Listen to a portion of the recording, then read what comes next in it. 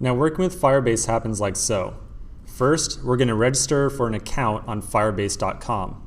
Once we have an account, Firebase will generate a unique URL for us to send and receive our data from. This unique URL really represents kind of a bucket or a database, a repository for all the data that we want to save. Once our remote data bucket is created, we'll then use Firebase's client-side JavaScript library to work with that bucket of data. So let's get started. Pop open your web browser and navigate to firebase.com. And once you're here, you can go ahead and click Sign Up on the top right. Go ahead and enter your email address and the password, and then just create my account. And believe it or not, it's really that simple. No email authentication, nothing like that. We're ready to go right now. They've got some useful resources right here. If you choose, you can go through these, but we're going to cover all the necessities for working with Firebase, so it's really up to you. I'm going to close this top panel up here, and then we're going to see the main dashboard for working with Firebase. You'll see that they already created an app for us, and this app really represents a database or a bucket, a place where we can push all of our data to.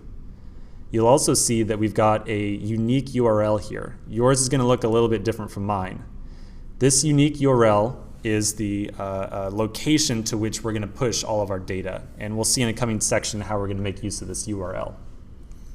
So now that we've signed up for Firebase, believe it or not, it was really that simple. We need to now implement the JavaScript side, and we're going to do that by installing a Firebase library called React Fire. So over in our terminal, I'm going to dial up the size here a little bit, and I'm in my project directory here where I've already downloaded the React Starter Kit off of my GitHub repo.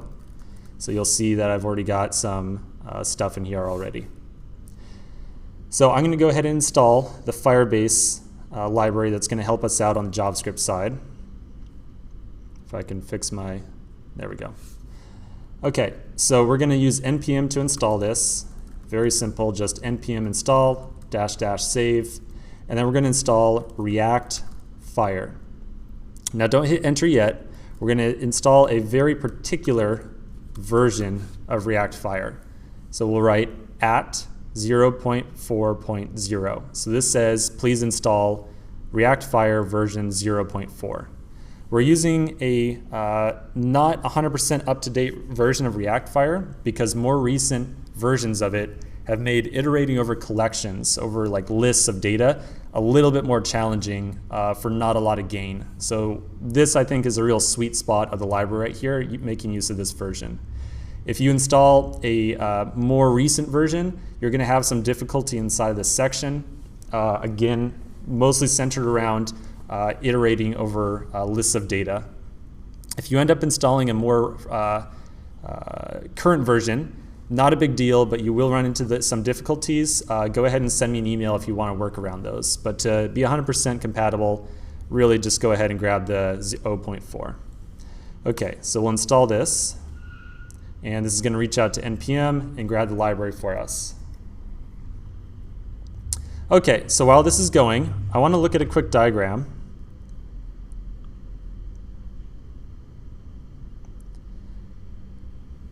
If I can find it, diagram.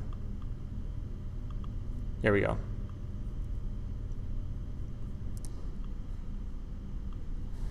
Okay. I just want to make sure that it's nice and clear, or at least somewhat illuminate, I suppose, what Firebase is doing for us. So on the left-hand side, this is really just a diagram of how our data is flowing inside of our application. And the flow of data here is going out through the top, it goes through Firebase, and then back through the bottom here. So let's walk through each individual step here. And again, we don't have to gain total understanding here. I just want to make sure that it's at least somewhat clear what each part of all the stuff that we're installing and signing up for is doing for us. Okay, so let's walk through it. Let's imagine that a user enters some text here and clicks the add button. So they say, I want to add a new to-do. So user adds a new to-do. Our application is going to communicate with Firebase.js, essentially the React Fire library that we just installed, which is really still our application. It's still inside of the browser. It's still code that we have, more or less control over. Our application is going to tell this library, hey, we have some new to do. The user wants to save something. They want to persist some data.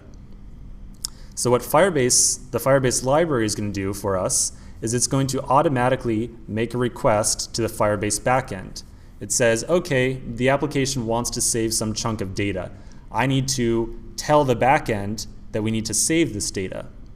So Firebase internally is going to make a request to our real backend, which is not in the browser. It's often, somewhere on the internet, somewhere on Firebase's backend, and we're going to post that data to that backend.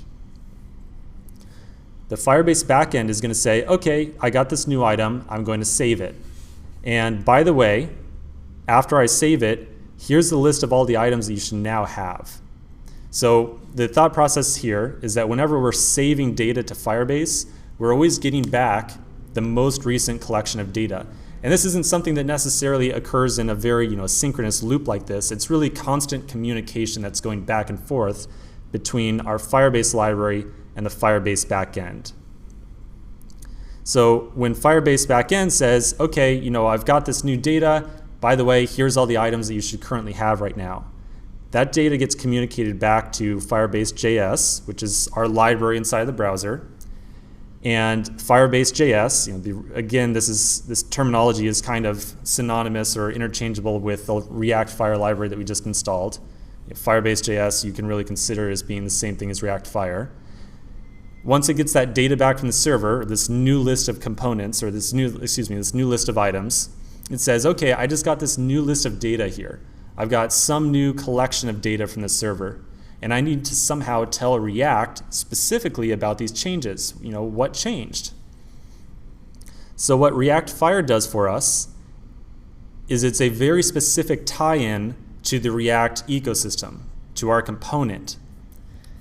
React Fire is going to say, hey, React component, I just got some new data back from the server. I want to tell you about it. And it's going to communicate that by setting this .state for us. So any data that is coming from the server, from Firebase, is going to end up on this .state inside of our components. So you might think, well, why isn't, this is data, why isn't it ending up on this .props? And that's something that we're going to address in great detail inside of this section here. So again, this diagram here, I just kind of want to illustrate the different areas of the application. We've got our app that we're going to work on.